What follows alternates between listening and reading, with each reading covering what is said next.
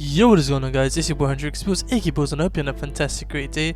And we're finally back here with a very huge theory that I'm very impressed and proud to bring you guys, and that is the loophole of My Hero Academia. And we're going to talk about multiverses and other huge subjects in this theory. And a huge shout out to Turtle Quirk, which I'll link this video in the description hopefully. And he made a video talking about Bakugo being the second owner of One For All. I know it sounds crazy, we're going to get into this more, but because of this theory it opened up some points that I wanted to talk about a long time ago, but because there was no connections, this theory here has actually made it so, and it's basically the loophole behind it and stuff connected with Eri. But yeah, once again, this is going to be one of my hugest theories. I hope you guys do enjoy this video and do stick around to the end.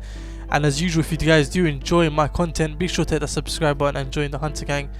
And another thing, I apologize if you guys can hear my throat is really bad. I've got some type of virus. I'm feeling real sick, but I'm clearing up. I just got a sore throat left. I also want to apologize if you guys hear some white noise in the background. I seriously don't know what's going on with my headphones, and at the same time, this video may be jumbled because I didn't take the notes and put them down precisely. I'm just going to talk off the mind on this one. But anyway, let's start off with what Turtle Quirk had to say. So in short, Turtle said in his video that Bakugo is possibly the second owner of One For All, and when I clicked on this video I was thinking this guy is crazy, he's cracked out, let's go see what he's got to say.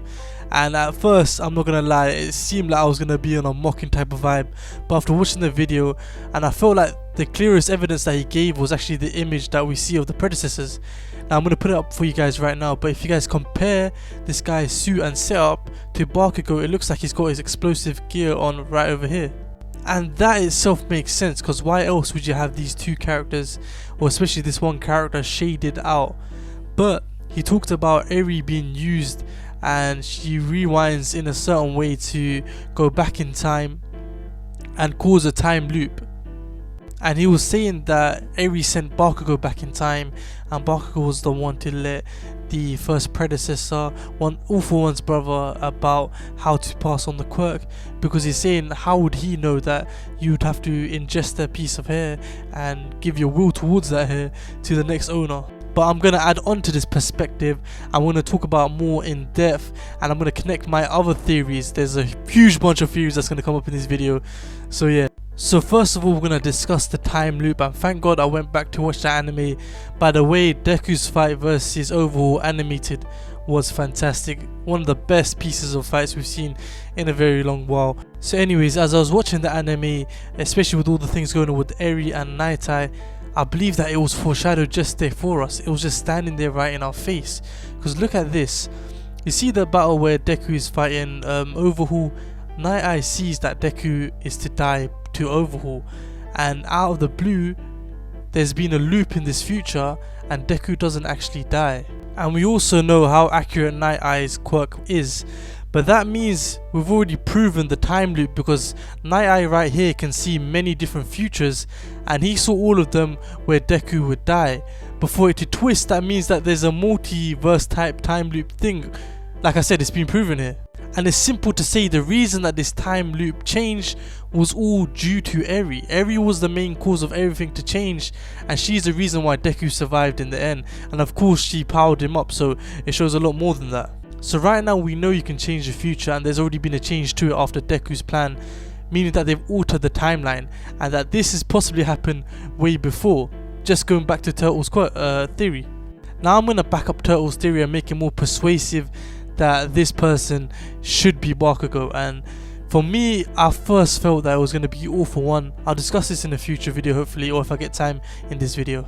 But now if you guys think about it, every predecessor of the One For All has taught Deku something. They've been like a teacher, and Deku has learned his power ups through them, especially through All Might, and of course last is the Black Whip dude. But there's a character that Deku's always copied and learnt from since the very start of the manga and anime, and that is Bakugo. A lot of his moves are based on Bakugo's moves, and it just shows that he's implementing to learn his style. And I believe whatever Bakugo did, especially if Eri did send him back in time to talk to the first owner, I believe it was actually more detailed than we think.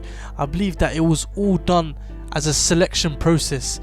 I believe that he knew that Deku was going to be the one in the end, and what he actually did was make it so that the process happened in a way that each quirk that was passed down would be the winning quirks in the end. So when I say this, I mean that Deku's gonna need the Black Whip, Deku's gonna need the float from Nana Shimura, and Bakugo made it so by entering this timeline to make that happen. And to add to this, Bakugo is the only one that knows about the One for All as of right now, as of Deku's friends.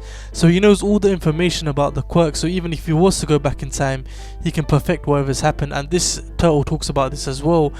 But as well as that, it just shows that Bakugo is like a mentor towards Deku. So now it's clear that there is a time loop in My Hero Academia, and there seems to be a shift as if there was a multiverse, and that plenty things have happened in a certain way to make sure that the outcome comes to the correct way. And I believe that this timeline that they're in is the one where Deku would win and defeat the All for One. And another thing to add to this, I had a theory that Bakugo would die in My Hero Academia.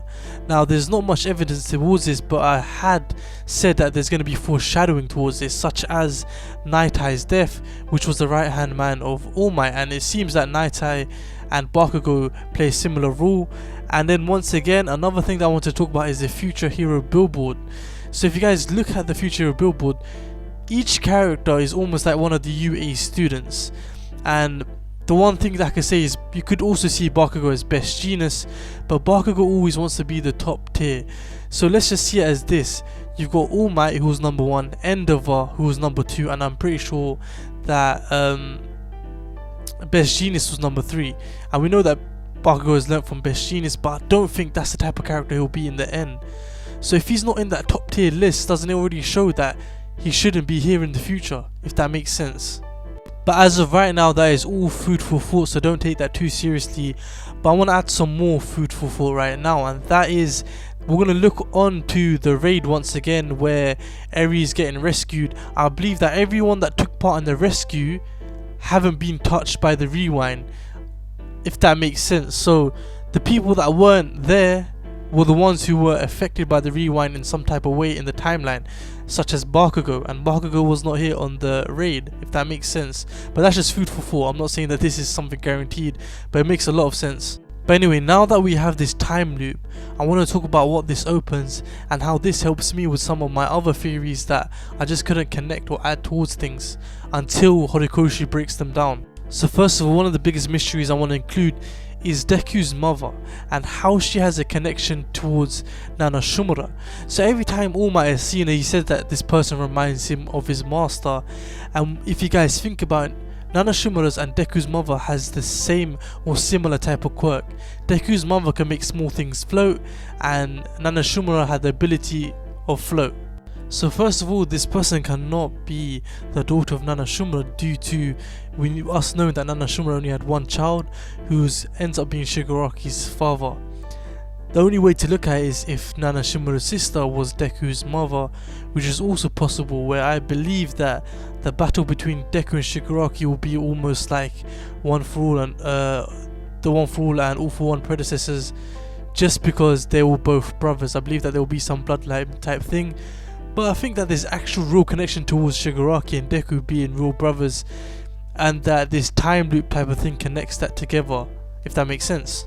But anyway, I want to look more into Bakugo and more connections towards this time loop between Bakugo and Deku. So like once again, we know that Deku learns from Bakugo and he copies his move style. So if he was to be one of the One for All owners, then Deku would get his explosive ability, or the sweat, however it works once again. Now I believe that when Bakugo went back in time, he found a timeline to trigger it so that Deku would get the One for All. And if you guys think about it correctly, the way everything started for Deku was that one moment when Bakugo was in trouble and getting swallowed by that one villain. Deku goes and runs to his saving without even thinking twice, and at this moment All Might felt so honoured about Deku and decided to pass his quirk onto him because he had the heart of a hero. But if you guys think about it, isn't it possible that Bakugo triggered this decision and knew that Deku would do this at this period of time to make it so that Deku gets the One for All? And it's even possible that in one of these time loops or multiverses that there is a Deku who's quirkless, and Bakugo knows about this Deku who's quirkless and how hard he has worked in the world to become a hero without a quirk. But as of right now, I'm going to leave it there for the time loop. Like I said, I haven't researched much into it as I should have, and I didn't take any notes, so In the future I may bring some more upon this, but I'm going to talk about my theory of All For One and who I thought that this predecessor in the image was. As I said before, I said I thought that it was All For One. Now I've said this many times, I said that All For One gave the stockpile to his brother, and of course his brother was the owner of One For All. And I believe that some of his All For One lingered within the stockpile as he passed it on, so therefore it's been passed down through the One For All lineage. And you guys know the more it's passed down, each quirk is powered up. So if it's to that sense that now that's come to the 9th predecessor, who's Deku, it's powered up to where he'll be able to use the All For One, if that makes sense. But yeah, so I just want to end things on how Night Eye has already proven that there is a type of time loop multiverse, and that if you guys have read the manga or watched the anime, go back and watch it after you've heard this theory and see how much it makes sense. It seems like Horikoshi has foreshadowed this for us, and like I said, if you guys look at it from the start, from where Bakugo is attacked and Deku gets his One For All, it seemed like it was planned in a type of phase. Anyways, I hope this theory made sense, and I hope that you guys don't think I was being a copycat here. This was one of the theories that I found very interesting, and I don't really watch theories. I went from ridiculing this theory to thinking that it's very interesting and correct. But yeah, what do you guys think about this? I'll be sure to add more additions to this in the future. Let me do some research and I'll bring some more stuff out for you. But yeah, I hope you guys did enjoy this theory, and plenty more to come. As of usual, I hope you guys have a fantastic great day, and I'll see you in the next one.